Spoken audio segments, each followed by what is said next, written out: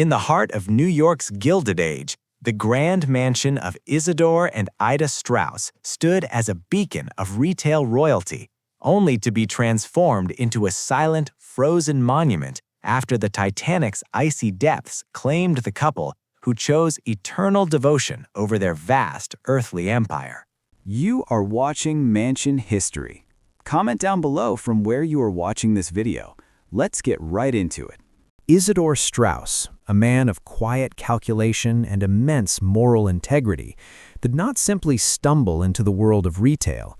He and his brother Nathan breathed a soul into the burgeoning concept of modern consumerism. By the late 1800s, Macy's had transitioned from a modest dry goods store into the beating heart of Herald Square, a veritable cathedral of commerce, where the working class and the elite brushed shoulders under the glow of early electric lights. But for Isidor and his beloved wife, Ida, the chaotic, soot-stained energy of New York City demanded a sanctuary. They found it in their sprawling country estates and their grand Manhattan residence, places where the clatter of horse-drawn carriages faded into the rhythmic rustle of manicured gardens and the private whispers of a family that had quite literally clothed and provided for the city of New York. This wasn't just a house they were building, it was a fortress of domestic bliss, intended to be the permanent legacy of a family that believed wealth was a tool for both social stability and private comfort. Inside the halls of their primary residence, most notably the grand mansion on 105th Street and Riverside Drive, the air was thick with the scent of polished mahogany, expensive tobacco, and the quiet, unshakable confidence of old-world success. The Strauses were not flamboyant or new money in the style of the flashier Vanderbilts or Astors. They were the quintessential quiet rich, preferring the substance of their holdings to the spectacle of their presentation. Their home reflected this preference for comfort over theatricality, yet every corner spoke of a retail empire that spanned continents and influenced global trade. Isidor's study was a command center of the Gilded Age, a room lined with leather-bound volumes where global shipping routes were mapped out over morning tea, and where the blueprints for the world's largest department store were finalized. Ida, the undisputed heart of the home, managed the massive household with a grace that made the vast mansion feel like a warm, intimate refuge rather than a cold monument to capital. It was here, amidst the heavy silk wallpaper and the rhythmic ticking of grandfather clocks, that the plans for their final, fateful European vacation were laid. They sought rest from the rigors of the retail world, never imagining that the mansion they were so meticulously preparing to leave behind would soon become a mausoleum of memories, frozen in time by a freezing Atlantic night that would change the course of history.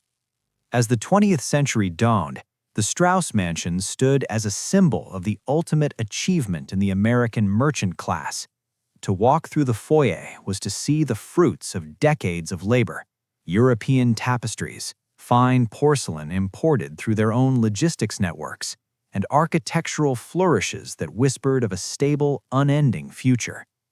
Isidor and Ida were famous for their inseparable nature. It was said that they wrote to each other every single day they were apart, and their mansion was designed to facilitate this togetherness, with shared sitting rooms and interconnected suites that prioritized their companionship over the rigid social formalities of the era. The house was a living entity, filled with the sounds of their children and grandchildren, and the bustle of a staff that was treated with a rare degree of respect and dignity. However, this domestic harmony was underpinned by the heavy responsibility of the Macy's name. Even in the privacy of their home, the Strauses were never truly free from the empire they had built. The mansion served as a secondary headquarters, a place where the elite of New York's political and financial circles would gather for dinner parties that were as much about philanthropy and civic duty as they were about social climbing. The architectural layout of the Straus estate was a masterclass in Gilded Age restraint. While it boasted the requisite ballrooms and formal dining halls capable of seating dozens of guests, the family gravitated toward the smaller, more personal spaces. Ida's sun parlor was her sanctuary, a place filled with exotic plants and the soft light of the Hudson River, where she coordinated her extensive charitable works. Isidor's library was a repository of knowledge, containing not just business ledgers, but works of philosophy and social reform. They were a couple who lived with a sense of purpose, and their home was the laboratory for that purpose. When the time came to shutter the house for their journey to Europe in early 1912, the process was routine. The heavy velvet curtains were drawn, the fine silver was polished and placed in the vaults, and the furniture was draped in white linen shrouds to protect it from the dust of a New York spring. The staff was given their instructions for the maintenance of the grounds, and the heavy oak doors were locked. The Strauses walked down the front steps for the last time, looking back at a home that represented the pinnacle of their earthly success, fully expecting to return to its warmth within a few short months. They left behind a house that was perfectly poised for their return, a silent giant waiting for the life to be breathed back into it, a life that was currently boarding a train for the coast, destined for a ship that the world called unsinkable. Part 2. The Departure and the Unsinkable Dream. The transition from the stationary luxury of the Manhattan mansion to the floating opulence of the RMS Titanic was, for Isidor and Ida Straus, a seamless shift in environment. In April 1912, as the couple prepared to return to New York after a winter spent in the soft warmth of the French Riviera, they found themselves caught in the middle of a coal strike that had paralyzed British shipping. This twist of fate led them to transfer their passage to the newest marvel of the White Star Line.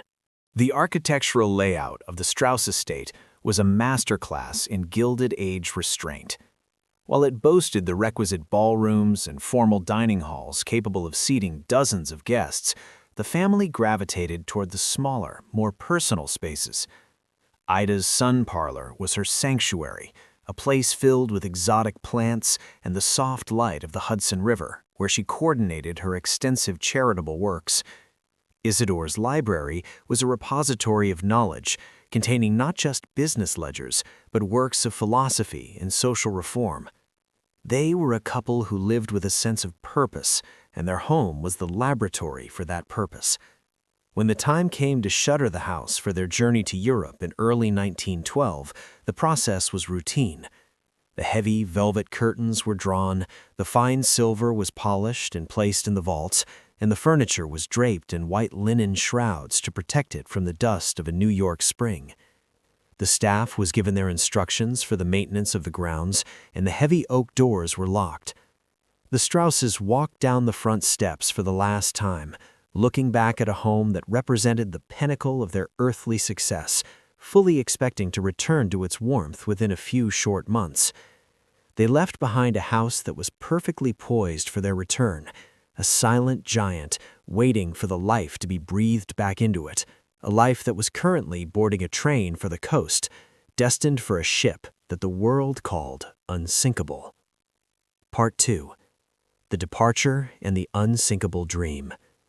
The transition from the stationary luxury of the Manhattan mansion to the floating opulence of the RMS Titanic was, for Isidor and Ida Straus, a seamless shift in environment.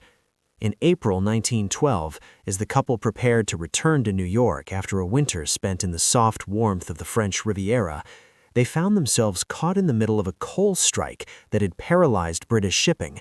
This twist of fate led them to transfer their passage to the newest marvel of the White Star Line. As they stepped onto the gangplank of the Titanic at Southampton, they were not merely passengers.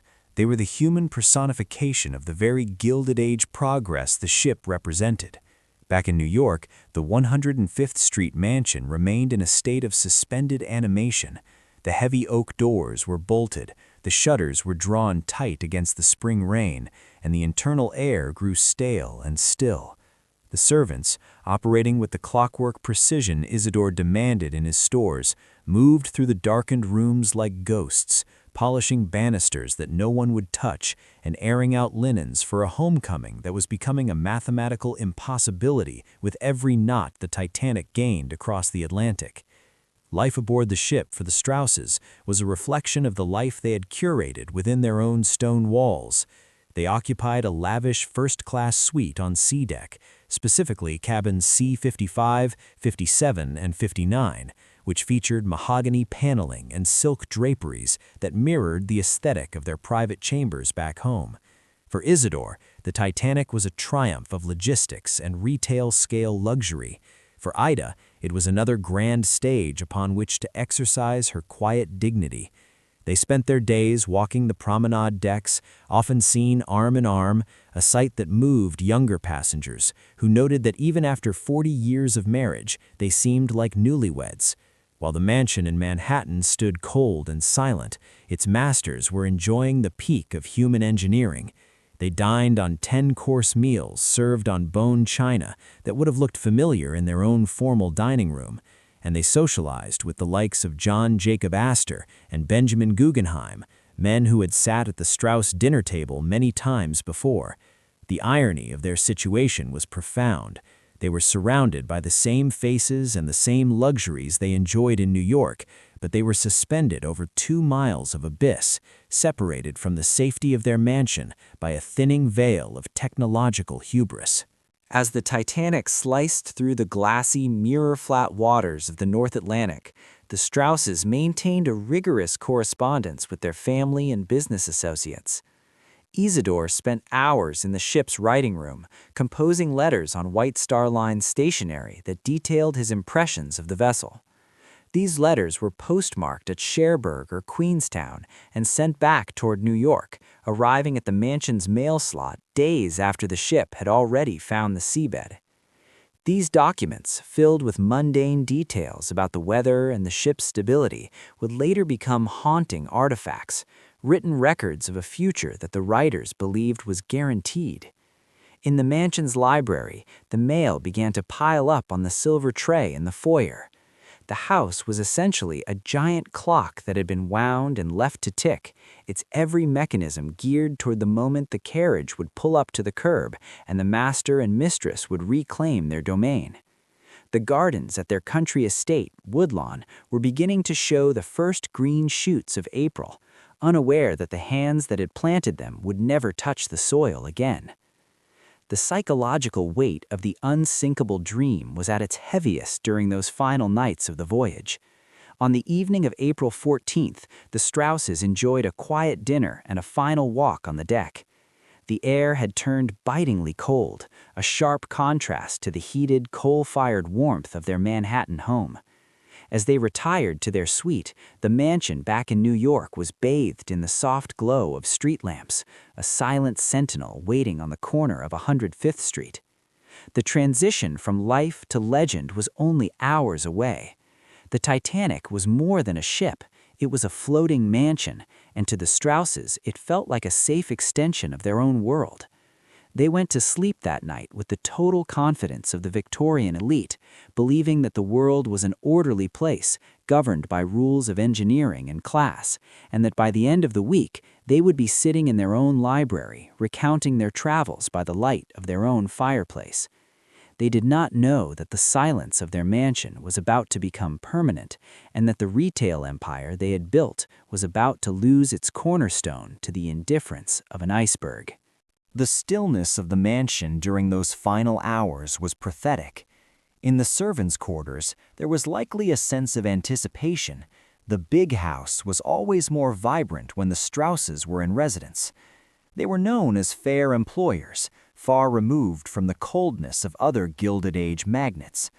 But as the clock in the grand hallway struck midnight on the morning of April 15th, the Titanic was already dying. The luxury that had bridged the gap between their New York estate and the European continent was being torn open by the jagged fingers of the ice. The unsinkable dream was dissolving into a nightmare of freezing water and twisted steel. While the mansion stood firm on the solid rock of Manhattan, its spiritual heart was thousands of miles away, fluttering in the chest of an elderly woman who was about to make a choice that would echo through the centuries. The departure had been grand, the journey had been flawless, but the homecoming was being erased by the Atlantic, leaving the mansion to wait for arrival that would only ever happen in the form of a ghost story. Part 3. The Night the Empire Trembled. The collision with the iceberg at 11:40 p.m. on the night of April 14th was, at first, nothing more than a faint jar to the Strauses in their opulent sea-deck suite, a vibration so subtle it might have been mistaken for a minor mechanical hiccup in the ship's massive engines. In their Manhattan mansion, the silence of the midnight hour was absolute, the heavy stone walls insulating the interior from the city's distant hum. But on the Titanic, that silence was quickly replaced by the hissing of steam and the frantic footsteps of crewmen in the corridors. When the order came for passengers to don lifebelts and head to the boat deck, Isidor and Ida moved with the measured, dignified calm that had characterized their decades as the heads of a retail dynasty. They did not scramble. They dressed warmly, perhaps reaching for the same heavy overcoats they would have worn for a winter stroll through Central Park, and made their way upward through the shifting, tilting levels of the floating palace. As they reached the boat deck, the disparity between the solid, unmoving foundations of their New York estate and the increasingly precarious deck of the Titanic became terrifyingly clear.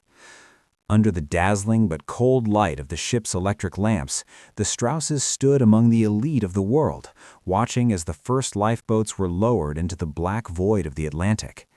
It was here, at lifeboat number 8, that the narrative of the Macy's empire shifted from a story of wealth to a saga of legendary devotion. When a deck officer, recognizing Isidor's stature and age, offered him a seat alongside his wife, the merchant king demurred with a quiet but firm resolve. He refused to board a boat while there were still women and children, or even younger men, left on the sinking vessel. Isidor Straus, a man who had negotiated multi-million-dollar deals and shaped the economy of New York, found that his internal compass of honor was more rigid than any social privilege. What followed was the moment that would forever freeze the Straus name in the annals of history and leave their mansion truly empty. Ida Straus, having already placed her foot on the gunwale of the lifeboat, stopped and turned back to her husband. She looked at the man who had been her partner in all things, from the raising of their children to the expansion of the Herald Square store, and made a decision that defied the instinct for survival.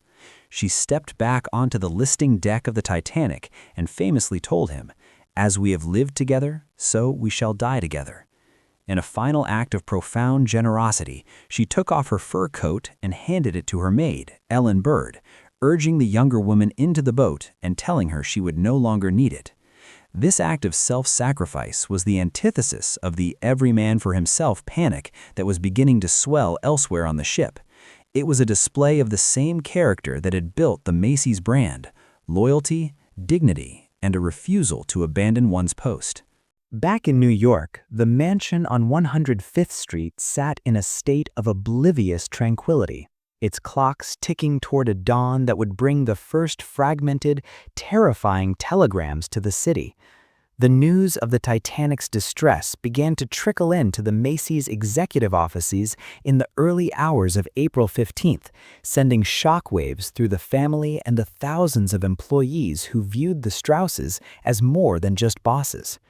As the morning sun hit the windows of the silent mansion, the initial reports were conflicting and filled with false hope, suggesting that the unsinkable ship was being towed to safety.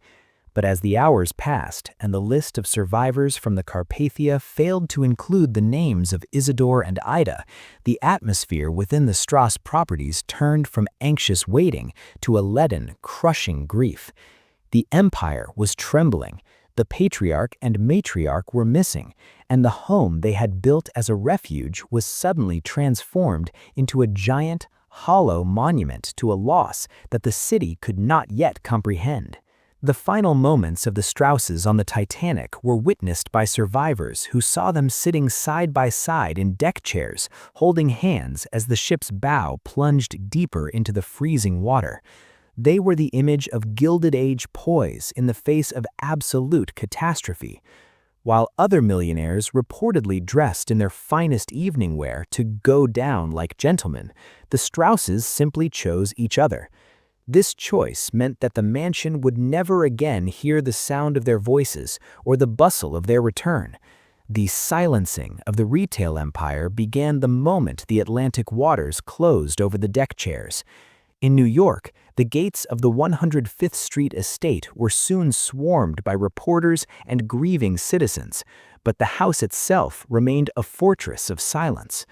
The rooms that had been prepped for a grand spring reopening were now shrouded in a different kind of darkness, one that wouldn't be lifted by the turning of a key, but would instead be preserved as a ghostly reminder of a night when the greatest retail fortune in the world couldn't buy a single extra minute of life. Part 4. The Aftermath and the Ghostly Halls.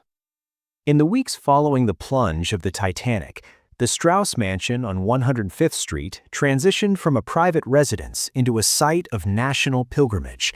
The silence that had once been a sign of the family's seasonal travel now became a heavy, suffocating presence.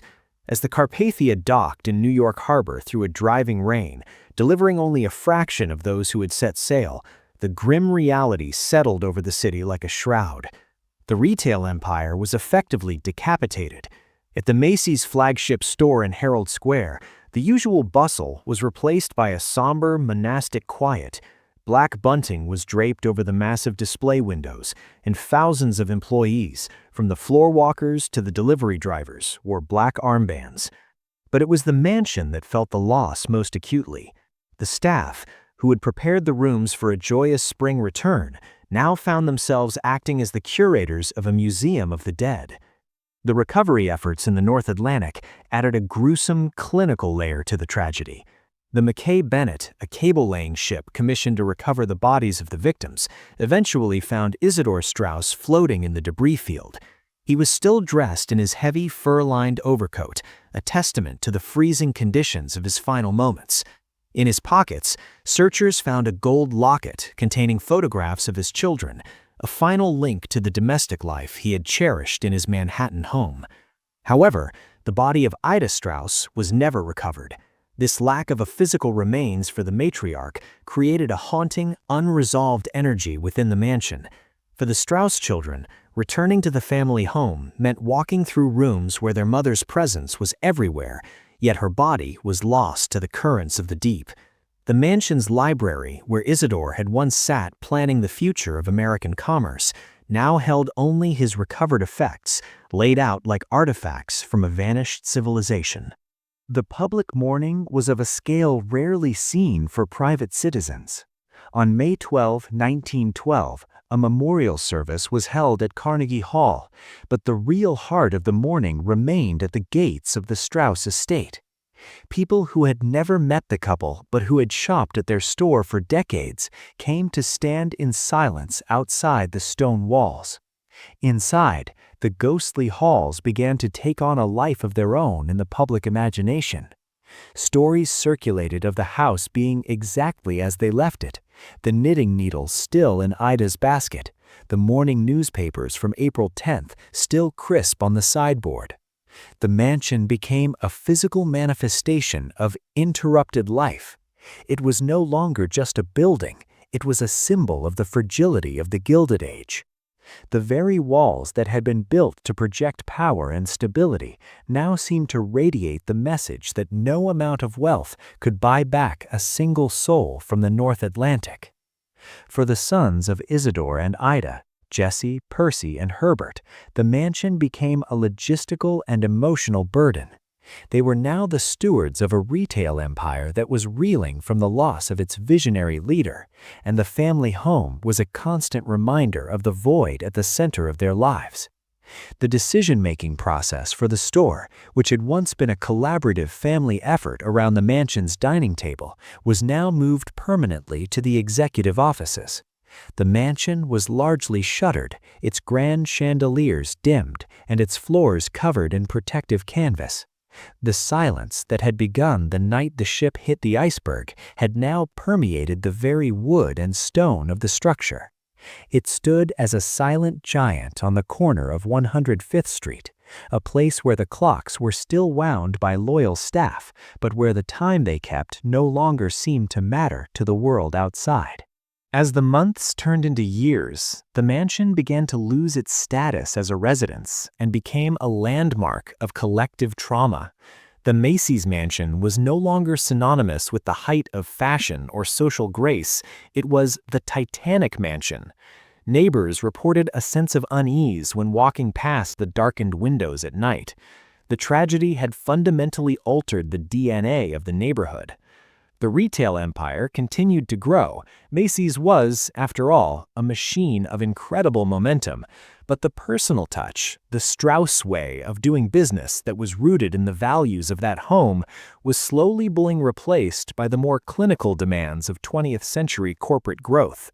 The mansion, in its beautiful, decaying silence, remained a testament to a world that had ended on a Sunday night in April. A world where a man and his wife would rather die together than live in a mansion alone. As the immediate shock of 1912 faded into the grim reality of a new decade, the various properties associated with the Straus name began to take on a ghostly, archival quality. The empty mansion was no longer just a house with the lights turned off. It had become a physical metaphor for the what if that haunted the Macy's boardrooms and the New York Social Register. The sprawling estate on 105th Street and the country retreat at Woodlawn stood as architectural snapshots of a lost era. For the children of Isidor and Ida, the rooms were saturated with a heavy, atmospheric memory. Walking through the hallway was like walking through a museum dedicated to a life interrupted. The air in the formal parlors remained cool and still, holding the faint scent of old books and beeswax.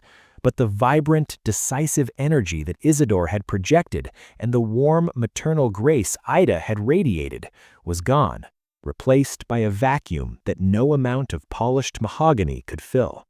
The silence of the retail empire was not a lack of profit, for Macy's continued to flourish, but a lack of the moral and personal leadership that had emanated from the Straus dinner table.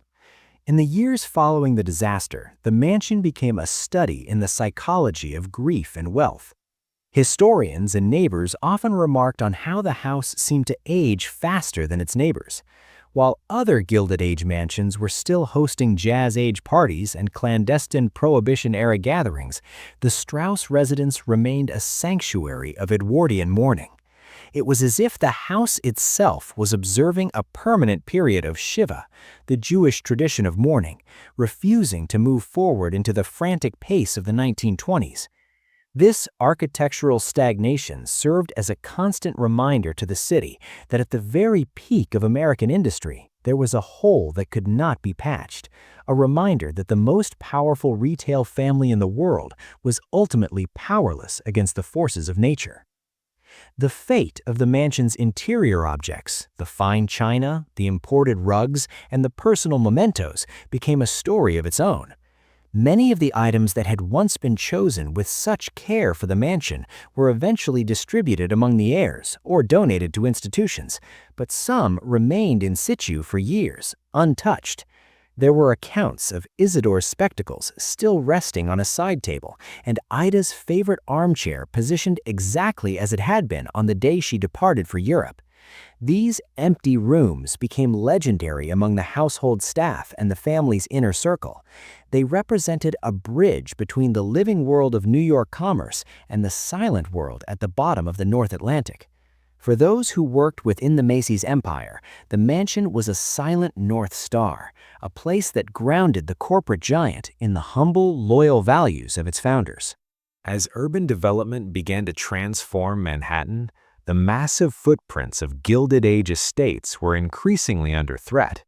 The Straus mansion, once a bastion of permanence, now faced the encroaching tide of apartment blocks and modernization. The empty mansion started to become a logistical impossibility in a city that was rapidly growing upward. Yet the family hesitated to dismantle the sanctuary. There was a profound sense that as long as the rooms remained as they were, Isidor and Ida weren't truly gone. This period of the mansion's life was perhaps its most poignant. It was a house caught between two worlds, the world of 1912, where it was the center of a retail universe, and the world of the 1920s, where it was a relic of a tragic past. The silence within its walls was a tribute to the fact that the Strauses didn't just own a home, they created an atmosphere of integrity that the city was loath to see demolished. Ultimately, the legacy of the empty rooms is a story about the limits of legacy itself. Isidor and Ida had built an empire intended to last for centuries, and while Macy's did indeed endure, the domestic life they had cultivated was obliterated in a single night. The silencing of the empire was a quiet internal process. It was the loss of the private conversations that guided public policy, and the loss of the quiet charity that began in the mansion's drawing room and ended in the slums of the Lower East Side. The empty mansion stood as a warning to the other titans of the era, that your true legacy isn't the stone you pile up or the gold you accrue, but the strength of the bonds you form within those walls. As the 1920s roared on, the silent mansion on 105th Street remained a somber, dignified anchor, reminding everyone who passed it of the night the unsinkable retail king and his queen chose a watery grave over a life of lonely luxury. Part 6. Reflections on a Sunken Empire. The final chapter of the Straus mansion is not one of a sudden collapse, but of a slow, dignified dissolution that mirrored the fading of the Gilded Age itself. As the decades pressed on, the physical structures that once housed the architects of the Macy's empire succumbed to the relentless march of New York City's vertical expansion. The grand residence at 105th Street and Riverside Drive was eventually demolished to make way for a large apartment building, but the soil upon which it stood seemed to retain a specific, somber weight. Even as the limestone and mahogany were hauled away, the silence of the empire did not vanish, it simply migrated. It moved into the bronze plaques of the Herald Square store and into the quiet corners of Straus Park, a small triangular sliver of land at 106th Street where a bronze nymph gazes mournfully at a reflecting pool. The mansion was gone, but its absence became a permanent landmark in the psychological geography of the city. The Macy's mansion today exists primarily as a ghost of architectural intent. When we look at the surviving photographs of the interiors, the heavy drapes, the intricate woodwork, and the sprawling library, we are looking at the wreckage of a dream that was never supposed to end. The tragedy of the Titanic didn't just kill two people, it ended a specific philosophy of American life. The Strauses represented a time when the heads of an empire were visible, personal, and deeply rooted in the morality of their home life. The silencing of the retail empire was the transition from a family-run sanctuary to a global corporate entity. While the Macy's red star still shines over cities across the world, the intimate, hearth-centered governance that Isidor and Ida practiced died with them in the freezing dark. The mansion, in its final days of emptiness, was the last place on Earth where that specific version of the American dream was still intact, held in place by the loyalty of the staff and the memories of the children who could not bring themselves to change a single chair. The enduring power of the Straus story lies in the irony of their empty home. For most of the mansions of that era, emptiness came from financial ruin, scandal, or the simple passage of time. But the Straus mansion was empty because of an excess of character. It stood silent because its owners chose a moral victory over a physical one. This elevates the story from a simple mansion tour into a meditation on the value of a life well lived. To talk about the empty Macy's mansion is to talk about the space left behind when true honor departs the world. The retail empire was silenced, not because the business failed, but because the voice that gave it a conscience was lost to the sea. The mansion became a monument to the fact that the most valuable thing inside those four walls wasn't the art or the silver, but the woman who refused to leave her husband's side. In the final reflection, the Titanic tragedy didn't just sink a ship, it created a vacuum in the heart of New York high society that was never truly filled. The Strauses were the conscience of the merchant class, and their home was the temple of that conscience. Today, as shoppers move through the cavernous aisles of Macy's, few realize that the foundation of that retail giant was forged in a library that now exists only in grainy black and white photos. The silence remains a part of the Macy's legacy, a quiet dignity that persists despite the noise of modern commerce.